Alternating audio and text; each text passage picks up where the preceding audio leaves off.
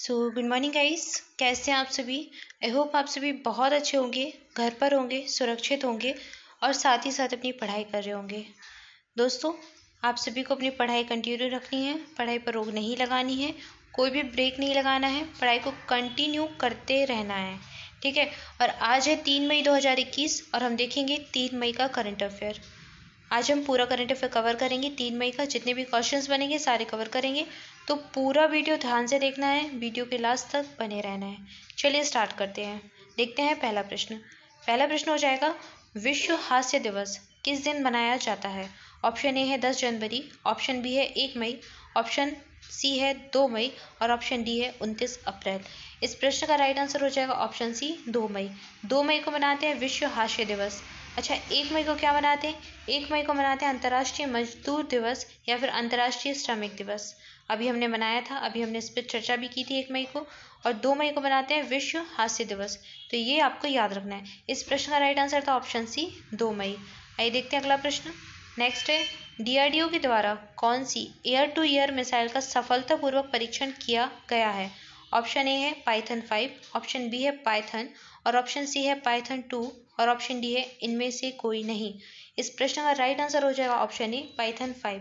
DRDO ने Python 5 का भी सफलतापूर्वक परीक्षण किया है क्या ये एक मिसाइल है जो कि एयर टू एयर है, यानी कि ये हवा से हवा में मार करने वाली मिसाइल है। एयर टू एयर मिसाइल हो जाएगी ये। तो ये आपको याद रखना है, पाइथन 5 कैसी मिसाइल है, एयर टू एयर मिसाइल है। अच्छा, इसका सफलतापूर्वक परीक्षण किया है किसने, डीआरडीओ ने। डीआरडीओ क्या है, defence research and development organisation of India. इसका फुल फॉर्म याद रखना है, क्या है, defence research and development organisation of India. इसकी स्थापना हुई थी 1958 में। इसका हेडक्वार्टर हो जाएगा न्यू दिल्ली यानी कि नई दिल्ली में।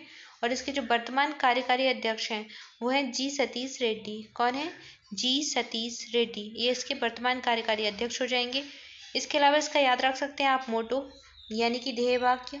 इसका मोटो है वलश्य मूलम विज्ञानम। क्या है, वलश्य मूलम विज्ञानम। तो डीआरडीओ से संबंधित इतनी जानकारी याद रखें। और इस प्रश्न का राइट आंसर था option A Python 5, air to air missile है, ये भी याद रखना है। बढ़ते हैं आगे, देखते हैं अगला प्रश्न। नेक्स्ट हो जाएगा, हाल ही में G7 की मंत्री स्तरीय बैठक में भारत का प्रतिनिधित्व किसने किया है। ऑप्शन ए है रविशंकर प्रसाद, ऑप्शन बी है कांति कुमार, ऑप्शन सी है मनोज दास और ऑप्शन डी है राजेंद्र प्रसाद। इस प्रश्न का राइट आंसर हो जाएगा ऑप्शन ए रविशंकर प्रसाद। अभी G7 की मंत्री स्तरीय बैठक हुई है, तो भारत का प्रतिनिधित्व उसमें किया है रविशंकर प्रसाद ने। इस प्रश्न का राइट आंसर था ऑप्शन ए। देख लेते हैं अगला प्रश्न। नेक्स्ट है, सूचना साझा करने और सीमा शुल्क सहयोग के लिए भारत किस देश के साथ समझौता करने जा रहा है, या फिर भारत ने किस देश के साथ समझौता किया है। ऑप्शन ए है रूस, ऑप्शन बी है अफगानिस्तान, ऑप्शन सी है ब्रिटेन और ऑप्शन डी है सऊदी अरब। इस प्रश्न का राइट आंसर हो जाएगा ऑप्शन सी ब्रिटेन। भारत और ब्रिटेन के बीच समझौता हुआ है किस चीज़ को लेकर, सूचना साझा करने को लेकर और सीमा शुल्क सहयोग को लेकर। यानी कि भारत और रूस के बीच इंफॉर्मेशन टेक्नोलॉजी को लेकर समझौता हुआ है, सीमा शुल्क सहयोग को लेकर समझौता हुआ है। इस प्रश्न का राइट आंसर है ऑप्शन सी ब्रिटेन, याद रखिएगा। देखते हैं अगला प्रश्न। नेक्स्ट हो जाएगा, किस देश ने चीन पर अपनी निर्भरता घटाने के लिए जापान और ऑस्ट्रेलिया के साथ स्काई पहल शुरू की है। ऑप्शन ए है श्रीलंका, ऑप्शन बी है अर्जेंटीना, ऑप्शन सी है भारत और ऑप्शन डी है इजराइल। इस प्रश्न का राइट आंसर हो जाएगा option C Bharat. Bharat, Japan और ऑस्ट्रेलिया के बीच ये समझौता हुआ है, ये पहल शुरू की है भारत, जापान और ऑस्ट्रेलिया ने मिलकर स्काई पहल। इसका फुल फॉर्म क्या है, इसका फुल फॉर्म हो जाएगा सप्लाई चेन रिसाइलेंस इनिशिएटिव। यानी कि सप्लाई चेन में सुधार के लिए पहल शुरू की गई है, किस किस के बीच, भारत, ऑस्ट्रेलिया और जापान के बीच। अच्छा, इस पहल को शुरू क्यों किया गया है। आप सभी जानते हैं कि अभी पूरा विश्व कोरोना महामारी की चपेट में है, सभी देश कोरोना महामारी के कारण परेशान है और भारत में तो इसका प्रभाव बहुत ज़्यादा है। तो कोरोना महामारी के चलते एक देश दूसरे देश की सहायता करने से भी कतर रहा है। तो जो वस्तुओं का आवागमन होता है, जो वस्तुओं की सप्लाई होती है, उस पर रोक लग चुकी है। बहुत सारे देशों ने एक देश से दूसरे देश में सामान भेजना बंद कर दिया है, उड़ानों को बंद कर दिया है। तो ये पहल इसी को लेकर शुरू की गई है कि इन तीनों देशों के बीच कैसी भी स्थिति आ जाए, कितनी से बुरी कंडीशन आ जाए, लेकिन सामान की जो सप्लाई है वो चलती रहेगी, उसमें कोई व्यवधान नहीं आएगा। तो इसका ये पहल शुरू की है किन देशों ने? इंडो पैसिफिक क्षेत्र के देश हैं भारत, जापान और ऑस्ट्रेलिया ने। इसका एक उद्देश्य ये भी है कि प्रत्यक्ष विदेशी निवेश को आकर्षित किया जाए और आर्थिक महाशक्ति के रूप में ये देश आए, ताकि ये भी जो देश हैं, तीनों देश हैं, इंडिया, जापान और ऑस्ट्रेलिया, इन देशों के बीच में जो व्यापार है और उद्योग है उसको भी और अधिक बढ़ावा मिले। तो इस प्रश्न का राइट आंसर है ऑप्शन सी, भारत। याद रखिएगा। आइए देखते हैं अगला प्रश्न। नेक्स्ट हो जाएगा, सूटर दादी के नाम से मशहूर किस महिला का कोरोना बीमारी के कारण निधन हो गया? ऑप्शन ए है चंद्रा तोमर, ऑप्शन बी है सीता देवी, ऑप्शन सी है अनुसुईया चंद्रा और ऑप्शन डी है सुशीला कुमारी। इस प्रश्न का राइट आंसर ऑप्शन है चंद्रा तोमर। चंद्रा तोमर सूटर दादी के नाम से मशहूर थी और ये भारत की सबसे उम्रदराज यानी कि सबसे अधिक उम्र वाली शूटर भी हैं चंद्रा तोमर। हाल ही में इनका निधन हो गया है कोरोना बीमारी के चलते। अच्छा, इनके ऊपर एक मूवी भी बनी है, अगर आप लोगों ने देखी हो तो। सांड की आंख नाम की जो मूवी है वो इन्हीं के जीवन पर आधारित है, चंद्रा तोमर, शूटर दादी। याद रखिए। आइए देखते हैं अगला प्रश्न। नेक्स्ट हो जाएगा, किस बैंक ने टेलीकॉम सर्विस प्रदान करने के लिए BSNL के साथ समझौता किया है? ऑप्शन ए है HDFC बैंक, ऑप्शन बी है इंडियन बैंक, ऑप्शन सी है देना बैंक और ऑप्शन डी है बंधन बैंक। इस प्रश्न का राइट आंसर हो जाएगा option B, Indian Bank. Indian Bank और BSNL के बीच समझौता हुआ है किस चीज़ को लेकर? टेलीकॉम सर्विस के लिए। तो BSNL टेलीकॉम सर्विस प्रदान करेगा इंडियन बैंक को। ऑप्शन बी इसका राइट आंसर है। देखते हैं अगला प्रश्न। नेक्स्ट हो जाएगा, हाल ही में किस देश की बोइंग कंपनी ने भारत को $10 मिलियन की आपातकालीन सहायता की घोषणा की है? ऑप्शन ए है चीन, ऑप्शन बी है रूस, ऑप्शन सी है भारत और ऑप्शन डी है अमेरिका। इस प्रश्न का राइट आंसर हो जाएगा अमेरिका। बोइंग कंपनी अमेरिका की है और अमेरिका की बोइंग कंपनी भारत को आपातकालीन सहायता देगी। कितनी? $10 मिलियन की। सभी जानते हैं भारत कोरोना महामारी से जूझ रहा है। कोरोना की जो दूसरी लहर आई है उसका सबसे अधिक प्रभाव भारत पर है। तो अभी ऐसी स्थिति में बहुत सारे देश भारत की सहायता कर रहे हैं और इसी के चलते अमेरिका की बोइंग कंपनी भारत में $10 मिलियन की आपातकालीन सहायता करेगी। इसके अलावा कनाडा ने भी $10 मिलियन की भारत में आपातकालीन सहायता की है।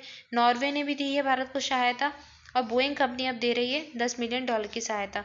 अच्छा, बोइंग कंपनी अमेरिका की है और इसके भारत में लगभग 3000 कर्मचारी काम करते हैं। इसका मुख्यालय शिकागो में है और इसकी स्थापना हुई थी 1916 में तथा इसके जो अध्यक्ष हैं वो हैं लैरी किलबर्ग। कौन है? लैरी किलबर्ग। तो याद रखिए। इसके अलावा आपको 2 हेलीकॉप्टर के नाम याद होंगे, अपाचे और चिनूक।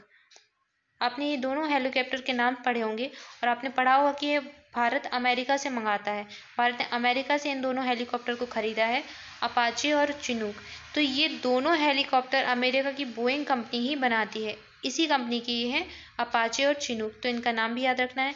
इसके अलावा आप याद रख सकते हैं भारत के जितने भी VVIPs होते हैं, जैसे कि मिनिस्टर्स हुए, मंत्रीज हुए, तो ये सभी पहले एयर इंडिया के विमान में यात्रा करते थे।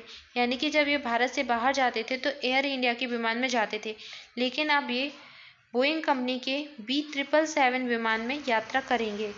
तो VVIPs भारत की बोइंग कंपनी है वो B777 का जो विमान है इसका, उसमें अब यात्रा करेंगे VVIPs। तो ये भी आप याद रख सकते हैं। सो गाइस, इस प्रश्न से संबंधित इतनी जानकारी आपको याद रखनी है। जो भी इंपॉर्टेंट फैक्ट लगे आप नोट कर सकते हैं। और इस प्रश्न का राइट आंसर था ऑप्शन डी, अमेरिका। देख लेते हैं अगला प्रश्न। नेक्स्ट हो जाएगा, किस राज्य सरकार ने आशीर्वाद योजना के तहत राशि को 21,000 से बढ़ाकर 51,000 करने की घोषणा या फिर योजना की है? ऑप्शन ए है केरल, ऑप्शन बी है तमिलनाडु, ऑप्शन सी है पश्चिम बंगाल और ऑप्शन डी हो जाएगा पंजाब। इस प्रश्न का राइट आंसर हो जाएगा पंजाब, ऑप्शन डी। आशीर्वाद योजना पंजाब राज्य की है और इस योजना के तहत अभी 21,000 रुपये प्रदान किए जाते थे और इस राशि को बढ़ाकर 51,000 रुपये कर दिया है। अच्छा, योजना संबंधित किससे है? पहले इस योजना का नाम था सगुन योजना। क्या नाम था? सगुन योजना। और इसके तहत दिए जाते थे 15,000 रुपये की राशि। अब फिर इसका नाम बदल के कर दिया गया आशीर्वाद योजना और दिए जाने लगे 21,000 रुपये और अभी इसी राशि को बढ़ाकर कर दिया है 51,000 रुपये। तो इस योजना के तहत अब 51,000 रुपये लाभार्थी को दिए जाएंगे। अच्छा, ये किससे संबंधित है? नाम से ही समझ गए होंगे, सगुन और आशीर्वाद। तो ये लड़कियों के विवाह पर राज्य सरकार के द्वारा दिए जाने वाली धनराशि से संबंधित है। आशीर्वाद योजना के तहत पंजाब राज्य में जो लड़कियों का विवाह होता है तो राज्य सरकार के द्वारा सहायता राशि दी जाती है और ये सहायता राशि अब 51,000 रुपये दी जाएगी। तो ऑप्शन डी इसका राइट आंसर है। आइए देखते हैं अगला प्रश्न। नेक्स्ट है, कोविड-19 के तहत 4 लाख मृत्यु दर्ज कराने वाला दूसरा देश कौन सा बन गया है? ऑप्शन ए है इजराइल, ऑप्शन बी है ब्राज़ील, ऑप्शन सी है यूएसए और ऑप्शन डी है भारत। इस प्रश्न का राइट आंसर है ऑप्शन बी ब्राज़ील। ब्राज़ील दुनिया का ऐसा दूसरा देश बन गया है जहां पर कोविड-19 के कारण 4 लाख लोगों की मृत्यु हो चुकी है। इसका पहला देश कौन सा है? यूएसए। यूएसए में कोविड के कारण 5 लाख से ज़्यादा लोगों की मृत्यु हो चुकी है और दूसरा देश बन गया है ब्राज़ील, जहाँ पर कोविड के कारण 4 लाख से ज़्यादा लोगों की मृत्यु हो चुकी है। इसके बाद बात करें भारत की, तो भारत में कोविड के कारण 2 लाख से ज़्यादा लोगों की मृत्यु हो चुकी है। और अगर ऑप्शन में दिया गया है इजराइल, इजराइल ऐसा देश है जो कि अपने आप को कोविड से मुक्त घोषित कर चुका है, यानी कि इजराइल में कोरोना वायरस से मुक्त हो चुका है। और इस प्रश्न का राइट आंसर था ऑप्शन बी ब्राज़ील। ठीक है, सो गाइस ये था आज का करंट अफेयर जो कि हमने कवर कर लिया। आइए देख लेते हैं आज का प्रश्न। आज के लिए आपका प्रश्न है, किस देश ने जलवायु परिवर्तन से निपटने के लिए हरित पहल की शुरुआत की है? ऑप्शन ए है रूस, ऑप्शन बी है अफगानिस्तान, ऑप्शन सी है पुर्तगाल और ऑप्शन डी है सऊदी अरब। इस प्रश्न का राइट आंसर आपको करना है, सारे स्टूडेंट्स को आंसर करना है, जितने भी बच्चे हैं सब आंसर करें, क्योंकि अगर आप आंसर करते हो तो वो प्रश्न आपको बहुत अच्छे से याद हो जाता है और आपका कभी गलत नहीं होगा। किसी भी एग्जाम में वो प्रश्न आएगा तो आपसे गलत नहीं होगा, क्योंकि आपको बहुत अच्छे से याद हो जाएगा। कोई भी चीज़ अगर आप लिखते हो तो आपको और अच्छे से याद हो जाती है। तो कोशिश करें लिखने की, ज़्यादा से ज़्यादा लिखें। इस प्रश्न से संबंधित जितनी जानकारी पता हो, एक्स्ट्रा फैक्ट पता हो, वो भी आप लिख सकते हैं। तो जितना ज़्यादा पता हो उतना ज़्यादा से ज़्यादा लिखें, क्योंकि आप जितना लिखोगे उतना आपको याद हो जाएगा। सो गाइज ये आज का करंट अफेयर था। Thank you for watching this video. आप सभी घर पर रहें, सुरक्षित रहें और पढ़ाई करते रहें। अच्छा, अगर आप पहली बार चैनल को देख रहे हैं तो सबसे पहले चैनल को सब्सक्राइब कर लें, साथ ही साथ बेल आइकन प्रेस कर दें, ताकि जो भी नया वीडियो आए उसका नोटिफिकेशन आपको मिल जाए। तो आपको बेल आइकन प्रेस कर देना है, चैनल को सब्सक्राइब कर देना है और चैनल को शेयर भी करना है। आपके जितने भी दोस्त हैं, जितने भी फ्रेंड्स हैं, सबके साथ शेयर कीजिए।